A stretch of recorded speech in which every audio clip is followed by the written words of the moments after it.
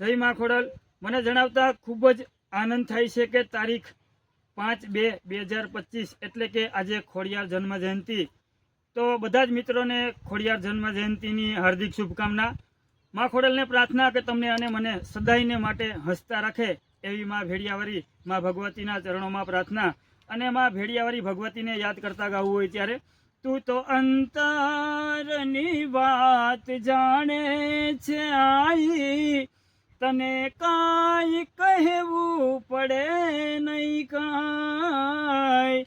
તું તો અંતરની વાત જાણે છે આઈ, તને કાંઈ કહેવું પડે નહીં કાંઈ। તને માં કહેવું પડે નહીં કાંઈ। બધી તારી નજરે માં ખુલી છે કિતાબુ, નમો મંગલારૂપ ખોડલ માળી, નમો મંગલારૂપ ખોડલ માળી। જય મા ખોડલ।